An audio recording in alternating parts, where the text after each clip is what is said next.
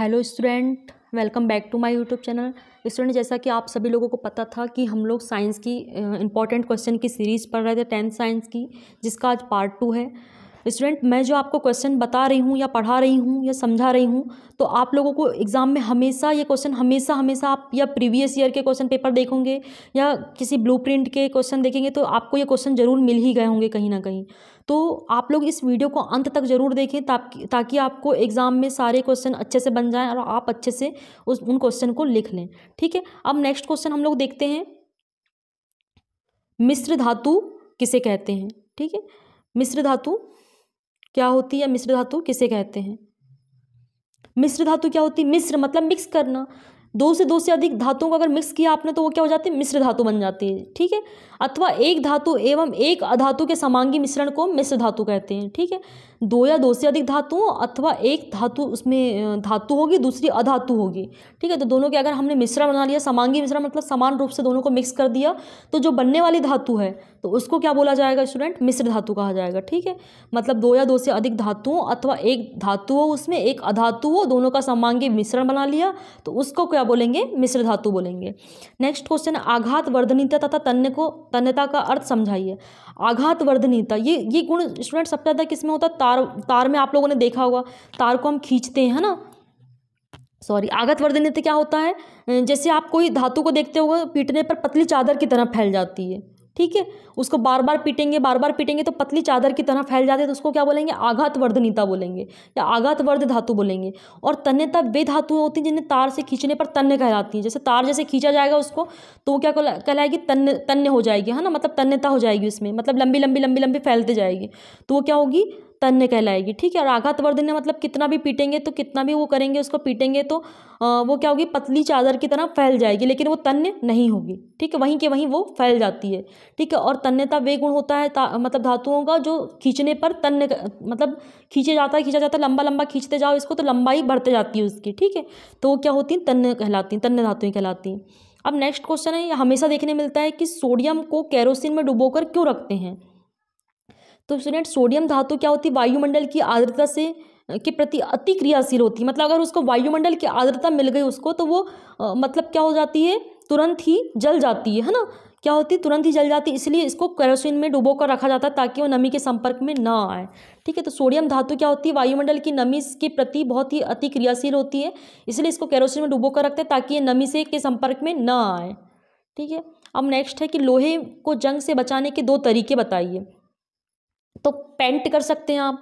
ठीक है, तो लोहे को जंग से लगने, मैंने बताया था कि लोहे को जंग में लगना क्या कहलाता है, संक्षारण भी कहलाता है। ठीक है, तो लोहे को बहुत जल्दी जंग इसलिए लगता है क्योंकि ये वायुमंडल की नमी से, अम्ल से, आर्द्रता से क्रिया करके क्या बना लेते हैं, ऑक्साइड बना लेते हैं, है ना, इसलिए क्या होता है, लोहे को जंग लग जाती है।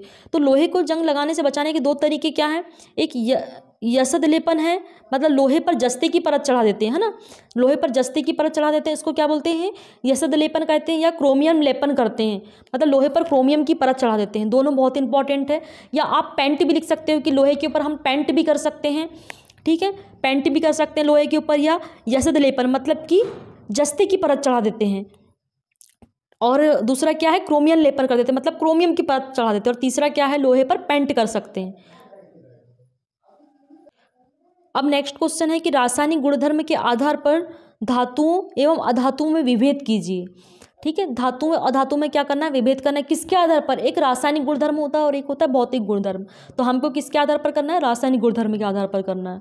ठीक है, तो ये क्वेश्चन इस टाइप से भी पूछ सकता है आपसे कि धातु एवं अधातु में कोई 2 अंतर लिखिए। ठीक है, तो आपको ये क्वेश्चन अलग अलग टाइप से भी पूछ सकता है, तो आपको याद रखना है कि क्वेश्चन ये वाला पूछा गया है तो हमको इसका आंसर कौन सा लिखना है। ये चीज़ का विशेष ध्यान होना चाहिए आप लोगों को। धातुएं क्या होती हैं, अपचायक होती हैं, मतलब अपचयित हो जाती हैं। ठीक है, और अधातुएं क्या होती हैं, उपचायक होती हैं, है ना। और धातुएं क्या होती हैं, इनके ऑक्साइड क्षारीय प्रकृति के होते हैं, मतलब क्षारीय प्रकृति के होते हैं इनके ऑक्साइड। और अधातुओं के ऑक्साइड क्या होते हैं, अम्लीय या उदासीन प्रकृति के होते हैं। धातुओं का हम नेक्स्ट डिफरेंस देखते हैं कि ये अम्लों के से अभिक्रिया करके क्या करती हैं, हाइड्रोजन विस्थापित करती हैं। और क्षार क्या होती हैं, ये अम्लों से अभिक्रिया, अधातुएं क्या होती हैं कि ये अम्लों से अभिक्रिया ही नहीं करती हैं। धातुएं क्या होती हैं स्टूडेंट? विद्युत की धनात्मक तत्व होती हैं, और अधातुएं क्या होती हैं? विद्युत की ऋणात्मक तत्व होती हैं। चारों पॉइंट बहुत ही इंपॉर्टेंट है। धातु में याद रखोगे कि ये अपचायक होती हैं, अधातुएं उपचायक होती हैं, धातुएं इनके ऑक्साइड क्षारीय होते हैं, अधातुओं के ऑक्साइड अम्लीय या उदासीन होते हैं, धातुएं अम्लों से अभिक्रिया करके हाइड्रोजन गैस विस्थापित करती हैं, और धातुएं अम्लों से अभिक्रिया करती ही नहीं हैं, और धातुएं धनात्मक तत्व हैं और अधातुएं ऋणात्मक तत्व हैं। ये भी बहुत इंपॉर्टेंट है। नेक्स्ट क्वेश्चन देखते हैं हम, हाइड्रोकार्बन क्या है, उदाहरण देकर समझाइए। ठीक है, तो हाइड्रोकार्बन क्या होते हैं स्टूडेंट? ऐसे कार्बनिक यौगिक जो केवल कार्बन और हाइड्रोजन से मिलकर बने होते हैं। हाइड्रोकार्बन नाम में ही स्पष्ट है। अगर आप नहीं भी पढ़ के जाते ये क्वेश्चन, अगर आपको ये क्वेश्चन आता है तो आप बिल्कुल लिख सकते हैं हाइड्रोजन और कार्बन से बनने वाला ये जो यौगिक होता है उसी को क्या बोलते हैं? हाइड्रोकार्बन बोलते हैं। फॉर एग्जाम्पल के लिए मैथेन, देखा आपने CH4, इसमें कार्बन भी है और हाइड्रोजन भी है। एथेन, इसमें भी कार्बन और हाइड्रोजन है। ठीक है, एथीन, इसमें भी कार्बन और हाइड्रोजन है, इसमें भी कार्बन और हाइड्रोजन है, इसमें भी कार्बन और हाइड्रोजन है। ठीक है, तो हाइड्रोकार्बन क्या हो गए? कार्बन और हाइड्रोजन से मिलकर बने यौगिक हाइड्रोकार्बन कहलाते हैं। Methane, ethane, propane. ठीक है, तो इनके बिल्कुल याद रखोगे आप, एथीन, एथाइन, इनके एग्जाम्पल भी आप याद रखोगे। अब नेक्स्ट क्वेश्चन है, संतृप्त एवं असंतृप्त हाइड्रोकार्बन क्या होते हैं? ठीक है, तो संतृप्त हाइड्रोकार्बन क्या होते हैं एवं असंतृप्त? वे हाइड्रोकार्बन जिनमें केवल एकल सही संयोजी बंध होता है। ठीक है, मतलब जिसमें एक ही बंध होगा, ये एक बंध है और एक है डबल बॉन्ड। ठीक है, तो अगर जिसमें एक ही बंध है तो वो क्या होगा? संतृप्त होगा। जिसमें दो बंध हैं या त्रिबंध हैं तो वो क्या होंगे? असंतृप्त होंगे। ऐसा बोलते हैं ना कि तेरे पास एक है फिर भी तू असंतुष्ट है, और हमारे पास दो दो तीन तीन है फिर भी हम संतुष्ट हैं। तो आप ऐसे भी याद रख सकते हो कि एक है मतलब संतृप्त है, और दो या तीन बंध है मतलब कि असंतृप्त हाइड्रोकार्बन है। ठीक है, तो ऐसे आप याद रख सकते हो, बहुत इंपॉर्टेंट है संतृप्त और असंतृप्त हाइड्रोकार्बन। ठीक है, अब नेक्स्ट देखते हैं कि साबुन की सफाई प्रक्रिया को क्रियाविधि से समझाइए, है ना। तो साबुन सफाई कैसे करता है, आपके कपड़ों को साबुन साफ कैसे करता है ये देखना है अब हमको कि साबुन वर्क कैसे करता है। ठीक है, तो साबुन का अणु दो भागों से बना होता है स्टूडेंट। पहला भाग जो होता है लंबा, जिसको हाइड्रोकार्बन वाला भाग होता है, जिसको R से डिनोट करते हैं, और दूसरा भाग होता है सोडियम प्लस, मतलब छोटा भाग होता है जो अम्लीय भाग होता है। ठीक है, इसमें R जो होता है वो जल विरागी तथा आयनिक अम्लीय सिरा होता है। आप लोग याद रखेंगे कि एक साबुन में क्या होते हैं? दो भाग होते हैं। पहला लंबा हाइड्रोजनिक कार्बन वाला होता है और दूसरा क्या होता है? सोडियम युक्त छोटा अम्लीय भाग होता है। ठीक है, इसमें जो R मतलब क्या? हाइड्रोजन वाला भाग, जिसको R से डिनोट करते हैं, तो जो क्या होता है? जल विरागी होता है। और एक होता है अम्लीय वाला, है ना, जो आयनिक अम्लीय होता है वो क्या होता है? जल रागी। जल विरागी मतलब जल से दूर भागने वाला, जल रागी मतलब जल के करीब जाने वाला, ऐसा याद रखोगे। ठीक है, अब हम लोग देखते हैं कि इसमें कैसे वर्क करता है ये। ठीक है, तो ये क्या करता है, जब गंदे कपड़ों को हम पानी में साबुन के साथ मिलाया जाता है तो साबुन के अणु का आयनिक भाग जलरागी होने के कारण, साबुन का क्या होता है? आयनिक भाग क्या होता है? जलरागी होने के कारण जल में विलय हो जाता है, क्योंकि जल से वो ज्वाइंट हो जाता है ना, मतलब जल से ज्वाइंट जुड़ जाता है। इसके कारण क्या हो जाता है? जल में विलय हो जाता है। जबकि साबुन के अणु का दूसरा भाग क्या होता है? जल विरागी होता है, मतलब कि ये क्या होता है? तेल या ग्रीस वाले भाग से जुड़ जाता है ना। मतलब जल से कौन जुड़ रहा है? जल रागी वाला अणु जुड़ रहा है जो जल में विलय हो जाता है, आयनिक भाग। ठीक है, और दूसरा क्या होता है? जल विरागी भाग जो तेल या ग्रीस वाले भाग से जुड़ जाता है। तो गंदे कपड़ों को साबुन विलयन में खंगोलने पर साबुन के अणु में संलग्न गंदगी कण जल के में घुलकर क्या हो जाते हैं? बाहर निकल जाते हैं। इस प्रकार क्या हो जाते हैं? कपड़े साफ हो जाते हैं। ठीक है, बहुत ही आसान तरीके से हमने समझे कि साबुन का दो भाग होते हैं, एक जल विरागी भाग होता है और एक जल रागी भाग होता है। जल विरागी मतलब R जो क्या होता है? हाइड्रोकार्बन वाला जो होता है, और एक होता है अम्लीय भाग वाला, है ना, अम्लीय भाग होता है जिसको बोलते हैं जल रागी भाग। जब साबुन के साथ कपड़ों को जब डुबाया जाता है, गंदे कपड़ों को, तो साबुन का जो अणु होता है जो का आयनिक भाग मतलब जल रागी, जो अम्लीय वाला भाग होता है वो जल में विलय हो जाता है। जबकि साबुन के अणु का जो दूसरा भाग जो कि जल विरागी होने के कारण क्या होता है? तेल या ग्रीस वाले भाग से जुड़ जाता है। और गंदे कपड़ों को साबुन के विलयन में खंगोलने पर क्या होता है? साबुन के अणुओं के अंदर जो गंदगी रहती है वो जल में घुलकर बाहर निकल जाती है। इस प्रकार क्या हो जाते हैं? कपड़े साफ हो जाते हैं। ठीक है, बहुत ही आप ये भी बना सकते हैं। ठीक है, जल विरागी अणु ऐसे होते हैं और आयनिक अणु या जलरागी अणु इस टाइप से होते हैं। ठीक है, तो आप ऐसे भी बना सकते हैं इसको। अब नेक्स्ट क्या है? साबुन और अपमार्जक में अंतर। मोस्ट IMP क्वेश्चन है ये भी, साबुन और अपमार्जक में अंतर। तो साबुन क्या होते हैं? वसा अम्लों के उच्च सोडियम या पोटेशियम लवण होते हैं। ठीक है, क्या होते हैं? उच्च सोडियम या पोटेशियम लवण होते हैं, और अपमार्जक क्या होते हैं, एराइल या एल्काइल अम्लों की लंबी श्रृंखला वाले सोडियम लवण होते हैं। नेक्स्ट क्या देखते हैं कि साबुन जल में उपस्थित कैल्शियम एवं मैग्नीशियम लवणों के साथ अविलेय पदार्थ बनाते हैं, और अपमार्जक जल में उपस्थित कैल्शियम एवं मैग्नीशियम लवणों के साथ अविलेय पदार्थ नहीं बनाते। ठीक है, ये अविलेय पदार्थ बनाते हैं और ये अविलेय पदार्थ नहीं बनाते हैं। ठीक है, साबुन कठोर जल के साथ अच्छा झाग नहीं देते। कठोर जल मतलब खारा पानी जो होता है ना, वहाँ आप लोगों ने देखा कि अच्छे से झाग नहीं आती, फेस नहीं बनती है ना, लेकिन अपमार्जक कठोर जल के साथ भी अच्छा झाग देते हैं। स्टूडेंट, अपमार्जक से क्या, डिटर्जेंट है ना, जैसे निरमा होता है ना, वो एक अपमार्जक है। ठीक है, तो साबुन सामान्यतः कपड़े धोने के लिए अधिक उपयुक्त नहीं होते। आप लोग देखते हैं साबुन से कभी कपड़े नहीं धुलते, साबुन से सिर्फ नहाया जाता है। ठीक है, और अपमार्जक सामान्यतः कपड़ों की धुलाई के लिए बनाए जाते हैं। इनसे मतलब ये कठोर होते हैं चूंकि, इसलिए इनसे नहाना अच्छा नहीं होता है ना स्किन के लिए। ठीक है, तो आप साबुन समझ गए, साबुन मतलब साबुन होता है, अपमार्जक मतलब निरमा वगैरह, डिटर्जेंट वगैरह जिसको अपमार्जक बोलते हैं। ठीक है, तो आप ये चारों पॉइंट बिल्कुल याद रखेंगे कि साबुन, ये तो बहुत ही आसान है 2-3 पॉइंट। साबुन कठोर जल के साथ अच्छा झाग नहीं देते, और साबुन सामान्यतः कपड़े धोने के लिए अधिक उपयुक्त नहीं होते। ठीक है, ये 2-3 पॉइंट बहुत ही इंपॉर्टेंट हैं जो आप लिख सकते हैं आसानी से। नेक्स्ट क्या है, एल्केन सजातीय श्रेणी के किन्हीं 4 सदस्यों के नाम अणुसूत्र और संरचना सूत्र लिखिए। एल्केन मतलब जो हम लोगों ने हाइड्रोकार्बन पढ़ा था ना अभी, तो हाइड्रोकार्बन ही हमको क्या लिखना है, सदस्यों के नाम लिखना है, अणुसूत्र और संरचना सूत्र लिखना है। ठीक है, बहुत ही आसान है, अगर आप इसको एक बार अच्छे से समझेंगे तो आपको आसानी से बन जाएगा। एल्केन का नाम जहाँ पर अगर 1 कार्बन हो तो मेथेन, 2 कार्बन हो तो एथेन, 3 कार्बन हो तो प्रोपेन, और 4 कार्बन हो तो ब्यूटेन। ठीक है, मेथेन, एथेन, प्रोपेन, ब्यूटेन। उसके बाद भी आता है पेंटेन, हेक्सेन, हेप्टेन, ये सब आता है, तो आपको 4 ही इंपॉर्टेंट याद रखना है। ठीक है, तो अगर 1 कार्बन है, देखा ना आपने कि यहाँ पर 1 कार्बन है, यहाँ पर 2 कार्बन है, यहाँ पर 3 कार्बन, और यहाँ पर कितने कार्बन है, 4 कार्बन है ना।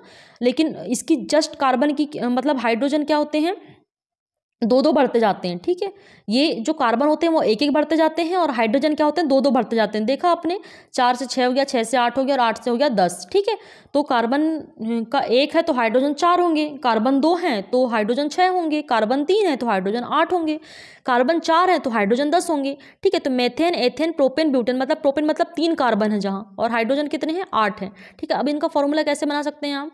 ठीक है, संरचना सूत्र कैसे बनाएंगे, देखो यहाँ पर।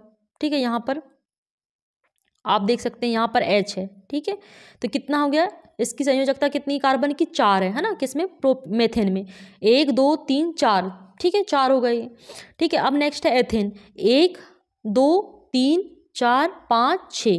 ठीक है, और कार्बन कितने हैं, 1 और 2। ठीक है, आई बात समझ में। तो ऐसा संरचना सूत्र आप किसी भी तरीके से बना सकते हैं, लेकिन याद रखेंगे कि कार्बन की संयोजकता पूरी होनी चाहिए यहाँ पर। ठीक है, फिर नेक्स्ट क्या है देखेंगे हम, इसमें कितने हैं कार्बन, 3 हैं है ना, 3 कार्बन, 1 2 3, ये 3 कार्बन है, और यहाँ पर हाइड्रोजन कितने, 8 होना चाहिए। ये 1 2 3, 1 2 3, और ये 1 और ये 1 है ना, कितने हो गए, 8 हो गए। इसी टाइप से ये ब्यूटेन का भी याद कर लेंगे, बहुत ही इजीली है। Methane, ethane, propane, butane, CH4 C2H6 C3H8 और C4H10। ओके, अब नेक्स्ट देखते हैं हम लोग, बहुत ही इंपॉर्टेंट है यहाँ के क्वेश्चन जो एग्जाम में हमेशा देखने मिलते हैं। ये 2 मार्क्स के क्वेश्चन में आ सकता है क्वेश्चन। किसी जीव द्वारा किन किन कच्ची सामग्रियों का उपयोग किया जाता है। ठीक है, किसी जीव द्वारा कच्ची सामग्रियों के उपयोग में कार्बन आधारित अणुओं, ऑक्सीजन, जल और सौर ऊर्जा, विभिन्न लवणों का उपयोग किया जाता है। ठीक है, तो आप लोगों ने देखिए कच्ची सामग्री मतलब ये हमको प्रकृति के द्वारा ही प्राप्त है ना, तो कौन है, कार्बन है ना, कार्बन पर आधारित बहुत सारी वस्तुएं होती हैं। ठीक है, ऑक्सीजन है हमको प्रकृति से मिल रही है। ठीक है, जल है, सौर ऊर्जा है, इनका हम उपयोग कर सकते हैं। ठीक है, नेक्स्ट है स्वयं पोषी पोषण और विषम पोषी पोषण में अंतर क्या है। बहुत ही आसान है। स्वयं पोषी मतलब स्वयं का पोषण खुद ही कर रहा है, तो उसको क्या बोलेंगे, स्वयं पोषी। विषम पोषी मतलब दूसरों के द्वारा अपना पोषण कर रहा है, तो उसको क्या बोलेंगे स्टूडेंट, विषम पोषी।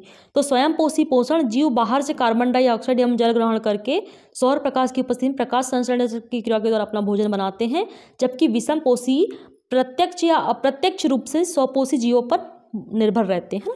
तो स्वयं पोषी कौन है, पौधे हैं। पौधे क्या करते हैं, सूर्य के प्रकाश और कार्बन डाइऑक्साइड की उपस्थिति में क्या करते हैं, अपना भोजन बनाते हैं या प्रकाश संश्लेषण की क्रिया करते हैं।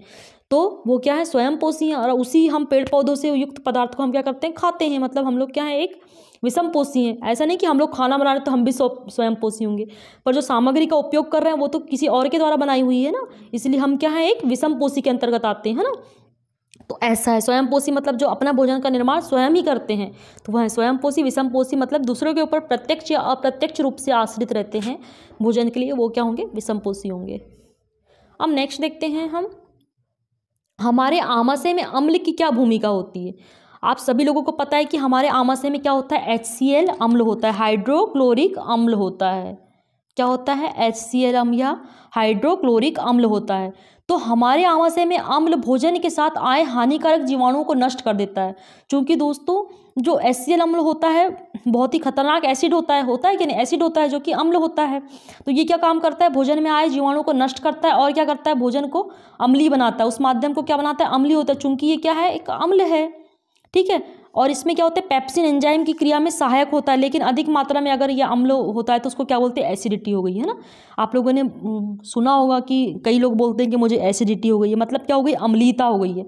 तो क्या होता है, उनके जो आमाशय में उपस्थित अम्ल मतलब हाइड्रोक्लोरिक अम्ल ज़्यादा स्रावित होने लगता है, या फिर क्या होगा कि वो ऐसी चीज़ें खा लेता है अम्ल वाली, है ना, जैसे खट्टे नींबू वगैरह खा लेगा या संतरा वगैरह खा लेगा, तो उनके इसमें क्या हो जाती है, एसिडिटी हो जाती है। मतलब अम्ल की मात्रा तो पहले से ही थी आमाशय के अंदर, लेकिन उसने और एसिडिटी वाली चीज़ें खा लिया तो और क्या होगी, अम्ल की मात्रा ज़्यादा हो जाती है ना, तो क्या हो जाती है, एसिडिटी हो जाती है, ठीक है। तो हमको ये याद रखना है कि हमारे आमाशय में अम्ल की क्या भूमिका होती है, कि अम्ल क्या करता है, भोजन में आए हुए हानिकारक जीवाणु को नष्ट करने का काम करता है, और एक वहाँ के जो वातावरण को क्या बनाए रखता है, अम्लीय बनाए रखता है वहाँ के माध्यम को, ठीक है। और पेप्सिन एंजाइम को स्रावित करता है, ठीक है, जो कि भोजन के पाचन में सहायक होते हैं। अब नेक्स्ट क्वेश्चन है, क्या है, पाचक एंजाइम को कार्य क्या होता है। दोस्तों पाचक एंजाइम अगर बॉडी में नहीं रहेंगे ना, शरीर में नहीं रहेंगे ना, तो किसी भी भोजन का पाचन ही नहीं होगा, डाइजेशन ही नहीं होगा। तो पाचक एंजाइम क्या करते हैं, जटिल कार्बनिक यौगिक को सरल कार्बनिक यौगिक में परिवर्तित करते हैं। जैसे कार्बोहाइड्रेट को ग्लूकोज में करेंगे, वसा को वसीय अम्ल में, प्रोटीन को अमीनो अम्ल में परिवर्तित कर देते हैं। बहुत ही इंपॉर्टेंट है, पाचक एंजाइम अगर शरीर में ना हो तो हमारे शरीर में पाचन की क्रिया ही संपन्न नहीं होगी। तो पाचक एंजाइम जैसे कि जटिल कार्बनिक पदार्थों को सरल कार्बनिक पदार्थों में परिवर्तित करते हैं। जैसे हम लोगों ने भोजन खाया, ठीक है, तो वो एक क्या है, जटिल कार्बनिक पदार्थ है ना, है ना। फिर भोजन को हमारे दांत छोटे छोटे टुकड़ों में तोड़ेंगे, उसके बाद फिर उसमें कई सारे एमाइलेज एंजाइम मिलेगा, ठीक है, बहुत सारे एंजाइम्स मिलेंगे, तो वो क्या होगा, एक सॉफ्ट मटेरियल बन जाएगा। फिर वो लुगदी अंदर जाएगी तो उसमें बहुत सारे एंजाइम वर्क करेंगे, तो उसको और चिकना बनाते जाएंगे, ठीक है। तो इस टाइप से वो क्या करते हैं, जटिल कार्बनिक पदार्थ को सरल कार्बनिक पदार्थ में परिवर्तित करते हैं।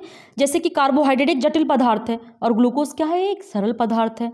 वसा क्या है, एक जटिल पदार्थ है, लेकिन वसीय अम्ल क्या है, एक सरल पदार्थ है। प्रोटीन क्या है, एक जटिल पदार्थ है, लेकिन अमीनो अम्ल क्या है, एक सरल पदार्थ है। तो इस टाइप से पाचक एंजाइम क्या करते हैं, हमारी बॉडी में वर्क करते हैं। आप लिख लेंगे, आसानी से लिख लेंगे, ठीक है। अब नेक्स्ट क्वेश्चन देखते हैं हम, हाँ, मानव के पाचन या आहार नाल का नामांकित चित्र बनाइए, ठीक है। तो मनुष्य में आहार नाल का नामांकित चित्र बनाइए। बहुत ही इंपॉर्टेंट क्वेश्चन है आपको, और ये बनाते बिल्कुल आना चाहिए। यहाँ से आपकी मुख गुहा चालू होती है, ठीक है, यहाँ से मुख गुहा चालू होती है। फिर यहाँ पर क्या आती है, हमारी ग्रसिका आती है, ईसोफेगस, है ना, इंग्लिश में क्या बोलते हैं, ग्रसिका को ईसोफेगस बोलते हैं, ठीक है। ये क्या हो गई, ग्रसिका हो गई, ठीक है। ये क्या, जिह्वा, और यहाँ पर भी क्या होते हैं, दांत होते हैं, है ना, क्या होते हैं, दांत। जिह्वा के पास में क्या होते हैं, दांत होते हैं, ठीक है। अब नेक्स्ट क्या है, यहाँ पर ये ग्रास नली आ गई, ठीक है, मतलब कि ये ईसोफेगस आ गई, ठीक है। अब नेक्स्ट है डायफ्राम, यहाँ पर क्या है, आमाशय है, ठीक है, क्या है, आमाशय है। फिर यहाँ पित्त नली, है ना, फिर यकृत भी होता है यहाँ पर। तो आप इनकी पोजीशन याद रख लेंगे, और डायग्राम को कम से कम 2 से 3 बार बिल्कुल बनाकर देखिएगा, आपसे बन जाएगा। बहुत ईजी है ये, ठीक है, और ये हमेशा एग्जाम में देखने मिलता है। अब नेक्स्ट देखते हैं हम लोग कि मानव का हृदय का स्वच्छ नामांकित चित्र बनाइए, ठीक है। यहाँ पर इस टाइप से चित्र दिया है आपको। मैं हृदय का थोड़ा सा चित्र बना करके थोड़ा बता देती हूँ कि यहाँ पर ये भाग होते हैं, ठीक है। जैसे ये एक सिंपल बता रही हूँ मैं आपको, जैसे इसको हम लोग एस टाइप के डिवाइड कर लिया जाए, तो यहाँ पर क्या होता है, दायां आलिंद, और यहाँ होता है बायां आलिंद, ठीक है। और नीचे क्या होते हैं, दायां निलय और बायां निलय, ठीक है। क्या होता है, बायां निलय, ठीक है। ऊपर के जो होगा दायां आलिंद, बायां आलिंद, नीचे क्या होगा, दायां निलय और बायां निलय, ठीक है। यहाँ पर एक धमनी आती है, ठीक है, एंटेरियर वेना एक क्या क्या आती है, वेना कावा आती है, एंटेरियर वेना कावा, और एक ऊपर से आती है जो पोस्टेरियर वेना कावा। ठीक है, तो इस टाइप से आप बार बार ये डायग्राम को बनाकर देखेंगे तो बन जाएगा बिल्कुल। ये क्या है, महाधमनी, एओर्टा, है ना, ये क्या है, एओर्टा या महाधमनी। ठीक, अगर आपको इंग्लिश नाम पता है तो आप बिल्कुल ब्रैकेट में इंग्लिश नाम लिख देंगे तो आपका जो आंसर है बहुत ही अच्छा लगेगा और आपको अच्छे से अच्छे मार्क्स मिल जाएंगे। ठीक है, जिस भी चीज़ का अगर आपको इंग्लिश नाम पता तो आप बिल्कुल हिंदी नाम के साइड में ब्रैकेट बनाकर इंग्लिश नाम भी लिख देंगे तो आपका जो क्वेश्चन का आंसर है वो अट्रैक्टिव लगेगा। ठीक है, तो इसका भी डायग्राम आप 2 से 3 बार बनाकर देखेंगे तो बिल्कुल आसानी से बन जाएगा। देखिए ये दायां आलिंद है, ठीक है, ये बायां आलिंद है, ये दायां निलय है, बायां निलय है। ठीक है, ये विभाजिका है, यहाँ पर पुरकिंजे तंतु भी पाए जाते हैं। ठीक है, फिर ये फुफ्फुस सिराएं हैं, फुफ्फुस धमनियाँ हैं। ठीक है, ये ऊपरी भाग की महाशिरा है और ये क्या है, निचले भाग की महाशिरा। ऊपरी भाग की, निचले भाग की महाशिरा बड़ी रहती है, मतलब नीचे के जितने भी अंग से क्या लेकर आती है, खून लेकर आती है, ब्लड लेकर आती है, और ये ऊपर के जितने भी अंग रहते हैं वहाँ से क्या लेकर आती है, ब्लड लेकर आती है। ठीक है, और ये क्या है, फुफ्फुस सिरा, है ना।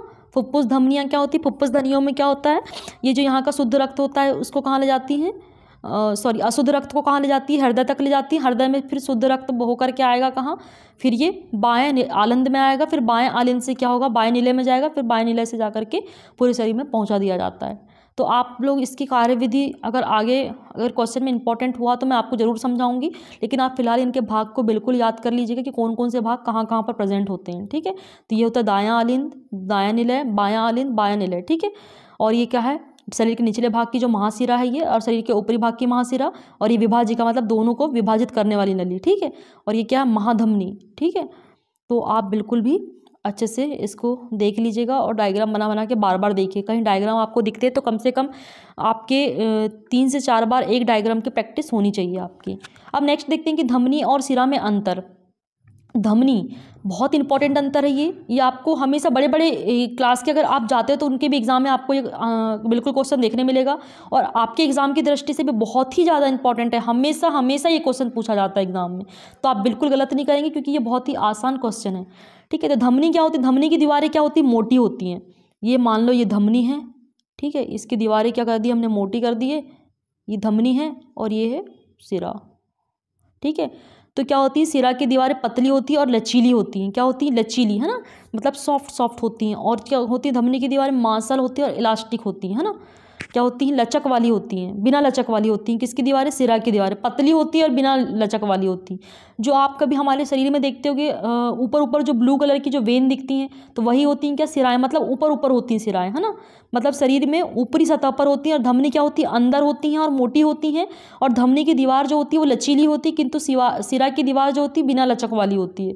ठीक है, और नेक्स्ट देखते हैं कि यह हृदय को रक्त लेकर उसका संवहन संपूर्ण शरीर में करती है। मतलब ये क्या काम करती है, हृदय से रक्त लेकर आएगी और पूरे शरीर में ये भेज देती है। ठीक है, और सिरा क्या करती है, पूरे शरीर से रक्त लेकर आती है और हृदय में रक्त को एकत्रित करती है। ठीक है, चूंकि हम जानते हैं कि सिरा में क्या होता है, अशुद्ध रक्त बहता है, और धमनी में कौन सा रक्त बहता है, शुद्ध रक्त बहता है। इसलिए जब शुद्ध रक्त होगा तभी तो शरीर के विभिन्न भागों तक पहुंचाया जाएगा ना। इसलिए धमनी क्या करती है, हृदय से शुद्ध रक्त लेकर के पूरे शरीर को पहुंचाती है, और सिरा क्या काम करती है, पूरा अशुद्ध रक्त लेकर के हृदय तक पहुंचाती है। ठीक है, और याद रखना स्टूडेंट कि सिरा की दीवारें क्या होती है, पतली होती है और बिना लचक वाली होती है, और धमनी की दीवारें मोटी होती हैं, इलास्टिक होती है और लचक वाली होती है। ठीक है, और धमनी कहाँ पाई जाएगी, गहराइयों में पाई जाएगी। धमनी हमको कभी दिखाई नहीं देती है, किंतु सिराएं हमको ऊपर ही ऊपर नजर आती है। मतलब सिराएं क्या होती, ऊपर होती हैं। दोस्तों एक बहुत ही अपवाद धमनी होती है, कौन सी धमनी होती, पल्मोनरी धमनी होती है ना। कौन सी होती, पल्मोनरी धमनी होती है। इसमें कौन सा रक्त बहता है, अशुद्ध रक्त। हमेशा धमनियों में शुद्ध रक्त बहता है, लेकिन पल्मोनरी धमनी में अशुद्ध रक्त बहता है। और सभी सिराओं में शुद्ध रक्त बहता है, किंतु पल्मोनरी सिरा में क्या होता है, अशुद्ध रक्त बहता है। बहुत ही इंपॉर्टेंट है, इसको भी आप याद कर रखेंगे या नोट कर लेंगे बिल्कुल। अगर आप इस क्वेश्चन में अगर इस टॉपिक को या इस पॉइंट को अगर डालते हैं आप, तो आपका क्वेश्चन का आंसर बहुत ही अच्छा हो जाएगा। और ठीक है, अब नेक्स्ट क्या, वायवीय श्वसन अवायवीय श्वसन में अंतर। दोस्तों नाम से स्पष्ट है, वायवी मतलब जहाँ वायु की प्रेजेंट में हो रहा है, अवायु मतलब वायु की अपसेंट में हो रहा है ना, मतलब वायु जहाँ पर वायु अनुपस्थित है। ठीक है, तो वायवी क्या होगा, वायु की उपस्थिति में होगा, अवायवी क्या होगा, वायु की अनुपस्थिति में होगा। और वायवी क्या होगा, यह क्रिया कोशिका द्रव्य और माइटोकॉन्ड्रिया में होती है ना। कहाँ होती है, कोशिका द्रव्य में होती है, माइटोकॉन्ड्रिया में होती है, ठीक है। और ये क्रिया कहाँ होगी, केवल और केवल कोशिका द्रव्य में होती है, ठीक है। अवायवी कहाँ होगी, कोशिका द्रव्य में होगी, और वायवी कहाँ होगी, कोशिका द्रव्य और माइटोकॉन्ड्रिया दोनों में होगी। और वायवी क्रिया में क्या होता है, यह क्रिया में ग्लूकोज का पूर्ण अपचयन होता है, मतलब ग्लूकोज का पूर्ण तरीके से अपचयन होता है, ठीक है, और ऊर्जा मिलती है हमको, वायवी श्वसन के कारण ऊर्जा मिलती है। और अवायवी श्वसन में क्या होता है, ग्लूकोज का अपूर्ण अपचयन होता है, और क्या बनता है स्टूडेंट, लैक्टिक एसिड का निर्माण होता है, ठीक है, अवायवी श्वसन में। आप लोगों ने कभी देखा होगा, व्यायाम करते हैं तो आपके जो मसल्स में एक एसिड का जमा हो जाता है, जिसके कारण बहुत दर्द करने लगते हैं हाथ पैर, तो वो किसके कारण होता है, अवायवीय श्वसन के कारण होता है। उस टाइम पे आप ऑक्सीजन की बहुत ज़्यादा डिमांड होती है ना, आपको बहुत जल्दी जल्दी ऑक्सीजन लेने लगते हैं, बहुत जल्दी जल्दी ऑक्सीजन लेने लगते हैं, तो आपकी बॉडी में ऑक्सीजन की कमी हो जाती है। वहाँ क्या होता है, अवायवीय श्वसन होता है जब आप एक्सरसाइज करते हैं या व्यायाम करते हैं या दौड़ लगाते हैं, तो ठीक है, तो आप लोग याद रखेंगे। इस क्रिया में CO2 और H2 उत्पन्न होता है, किसमें, वायवीय श्वसन में होता है। क्या उत्पन्न, आप देखोगे ना, ऑक्सीजन अगर हम लोग श्वसन लेते हैं, ऑक्सीजन लेते हैं तो CO2 छोड़ते हैं, ठीक है, प्लस क्या होता है, जल के अणु भी उत्पन्न होते हैं, ठीक है। और इस क्रिया में क्या होता है, CO2 कार्बन डाइऑक्साइड तो उत्पन्न होगी, लेकिन साथ में क्या होगा, एल्कोहल भी उत्पन्न होगी, ठीक है। और नेक्स्ट क्या है, इस श्वसन में बहुत अधिक ऊर्जा मोचित होती है ना, मतलब ऊर्जा उत्पन्न होगी, और वायवीय श्वसन की अपेक्षा बहुत ही कम ऊर्जा मोचित होती है, मतलब ऊर्जा बनती ही नहीं या बहुत ही कम मात्रा में बनती है, ठीक है। तो याद रखना, वायवीय श्वसन में 38 ATP अणुओं का निर्माण होता है, और अवायवीय में 2 ATP अणुओं का निर्माण होता है, मतलब कि 38 मतलब बहुत ज़्यादा ऊर्जा बनी है, और 2 ATP मतलब बहुत ही कम ऊर्जा बनी है, ठीक है। तो आप ये चारों पॉइंट बिल्कुल याद रखेंगे, बहुत ही इंपॉर्टेंट है। और अवायवीय श्वसन करने वाले जीव कौन कौन से हैं, कुछ जीवाणु हैं, बैक्टीरिया और फंगी है या फंगस है, यीस्ट या फंगस, जैसे मशरूम वगैरह होते हैं ना, आप लोगों ने देखा होगा मशरूम, ठीक है। तो मशरूम भी क्या करते हैं, अवायवीय श्वसन होते हैं, लेकिन कुछ होते हैं, ठीक है, लेकिन सभी जीवाणु या सभी बैक्टीरिया क्या होते हैं, अवायवीय श्वसन करते हैं, ठीक है। तो ये चारों पॉइंट बहुत ही इंपॉर्टेंट है, वायवीय श्वसन और अवायवीय श्वसन के, कि आप लोग याद रखेंगे इजीली कि वायवीय श्वसन क्या होगा, ऑक्सीजन की उपस्थिति में होगा, और अवायवीय होगा ऑक्सीजन के अब्सेंस में होगा। और वायवीय श्वसन क्या होगा, कोशिका द्रव में होगा और माइटोकॉन्ड्रिया में होगा, और अवायवीय कहाँ होगा, सिर्फ कोशिका द्रव में होगा, ठीक है। और अवायवीय में क्या होगा, ग्लूकोज का निर्माण होगा, और अवायवीय में ग्लूकोज का पूर्ण अपचयन होता है ना, अपूर्ण अपचयन होता है, ठीक है। और वायवीय में देखोगे आप तो क्या बनता है, CO2 बनती है और जल बनता है, और अवायवीय में क्या बनता है, CO2 और एल्कोहल बनता है। और वायवीय में क्या होता है, बहुत अधिक ऊर्जा बनती है ना, मतलब 38 ATP ऊर्जा बनती है, और अवायवीय में सिर्फ 2 ATP ऊर्जा बनती है, ठीक है। तो आप 5 पॉइंट बहुत ही ईजी हैं, तो आपको आसानी से बन जाएंगे, और आपने एग्जाम्पल भी देख लिए। बच्चों, आप लोगों को मैं इतने अच्छे से क्वेश्चन एक्सप्लेन करके विथ इंपॉर्टेंट क्वेश्चन के साथ बता रही हूँ आपको, और बहुत ही इंपॉर्टेंट है ये क्लास आपके लिए। अगर आप मेरे चैनल पर नए हैं तो प्लीज़ स्टूडेंट सब्सक्राइब कर लें, ताकि आपको ऐसे ही वीडियो बने जो आपको एग्ज़ाम की दृष्टि से काफ़ी हेल्प करें, ठीक है। धन्यवाद।